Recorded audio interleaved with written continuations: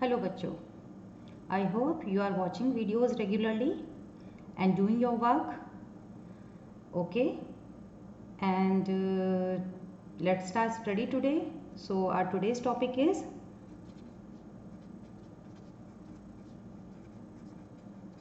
respiration. Okay बच्चों, so what is respiration? What is respiration? Yes, very important. So what is respiration? Intake of O2, oxygen, oxidation of food in the body cells,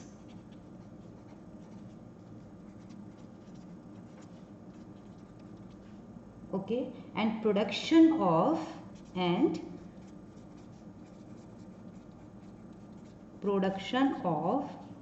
energy. क्या कहते हैं और energy को? Yes, ATP and carbon dioxide is known as respiration. Okay बच्चों, in this you can see some events are taking place. First event is intake of food,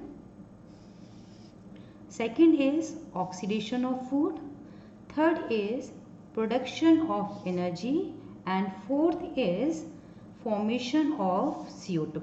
Okay, and this CO2 we will release. So four events are taking place: intake of O2 and release of CO2, use of O2 and production of O2 and energy. So on the basis of these events we can classify respiration into two categories. हम respiration को two categories में, two types में, two processes में divide कर सकते हैं. One is external respiration and another is internal respiration. Okay बच्चों, external respiration and internal respiration. Okay, this external respiration, which is also known as gaseous exchange,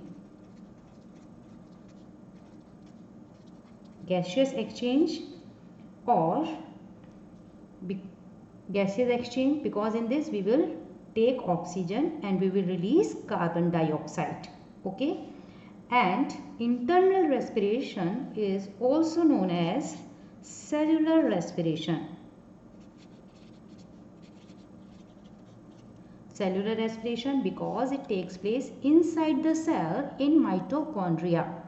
Yes, of course you are going correct. Inside the cell in mitochondria, that means in mitochondria oxidation of food is taking place and production of ATP is also taking place. Okay, so external respiration or gaseous exchange in which intake of O2 and release of carbon dioxide is taking place is further divides into two events. Okay, one is known as inspiration, okay, and second one is known as expiration. Okay, inspiration and expiration. What is the difference between these two? Inspiration, very simple, intake of O2, intake of O2. And what about expiration? It is release of CO2. एक में O2 को हम लेंगे और दूसरे में CO2 को release करेंगे, और इन दोनों के बीच में, लेने और देने के बीच में क्या हो जाएगा? Use of oxygen and production of carbon dioxide in cellular respiration. Okay, in different organisms this process takes place differently. If we talk about cellular respiration, it is also of two types.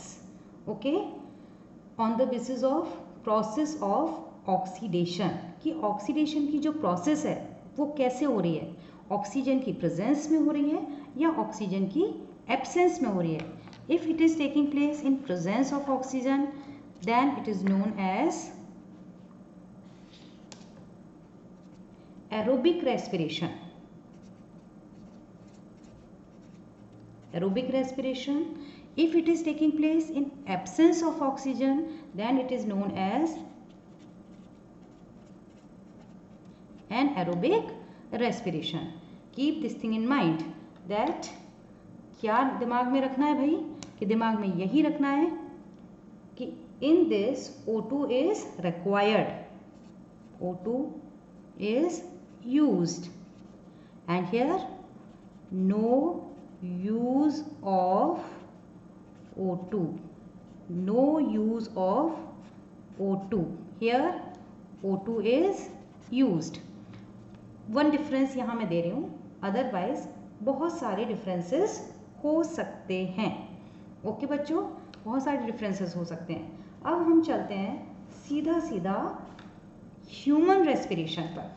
Okay बच्चों, कि humans में respiration की ज़रूरत क्या पड़ती है. लेकिन उससे पहले क्या कोई मुझे ये बता सकता है कि हमने अमीबा में न्यूट्रिशन पढ़ा था, तो क्या अमीबा में रेस्पिरेशन भी होता है?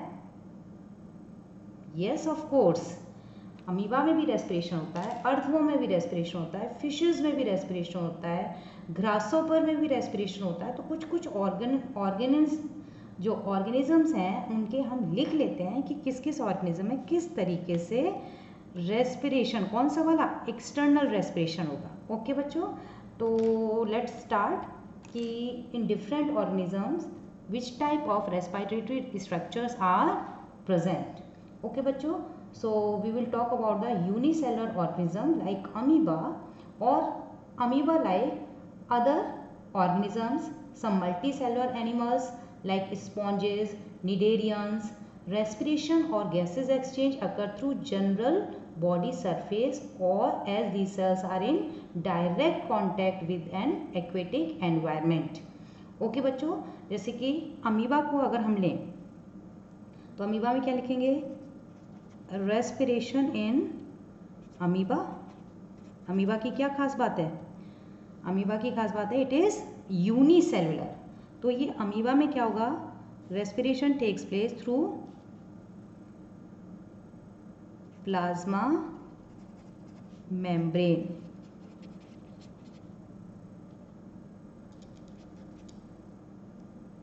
Okay, respiration takes place through plasma membrane by the process of diffusion.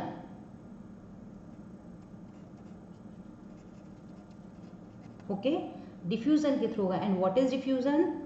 movement of gas molecules from higher concentration to its lower concentration. okay, अपनी higher concentration से जब वो lower concentration पर जाएंगे, मूव करेंगे, तो that is known as diffusion. Okay, तो ये डिफ्यूज़न के थ्रू किस में होगा, हर ऑर्गेनिज्म में होगा. लेकिन अगर अमीबा की बात करें तो it occurs through plasma membrane of amoeba. Respiration in earthworm. Earthworm सबने देखा है, रेनी सीजन में आपके स्कूल गार्डन में निकल के आता है. ओके, इसमें क्या होगा, गैसेस एक्सचेंज वही होगा, डिफ्यूज़न ही होगा. gases exchange takes place through their moist skin. okay, तो यहाँ क्या हो जाएगा, through their thin moist skin by diffusion. Fishes की बात करें तो फिशेस की बात करें बच्चों, तो what about the respiration in fishes. Yes, in fishes respiration takes place through gills. ये तो सबको ही पता होगा, गिल्स के थ्रू होगा, डिफ्यूजन होगा गैसेस का. और such type of respiration is known as branchial respiration. And in fishes rate of breathing, intake of O2 and release of carbon dioxide is very fast. Okay, क्यों भाई fast होती है इनमें? हाँ जी, because they have less amount of oxygen which is dissolved in water. To fulfill that demand, they have to breathe faster than the terrestrial organisms. Okay बच्चों. And what about the grasshopper? Respiration in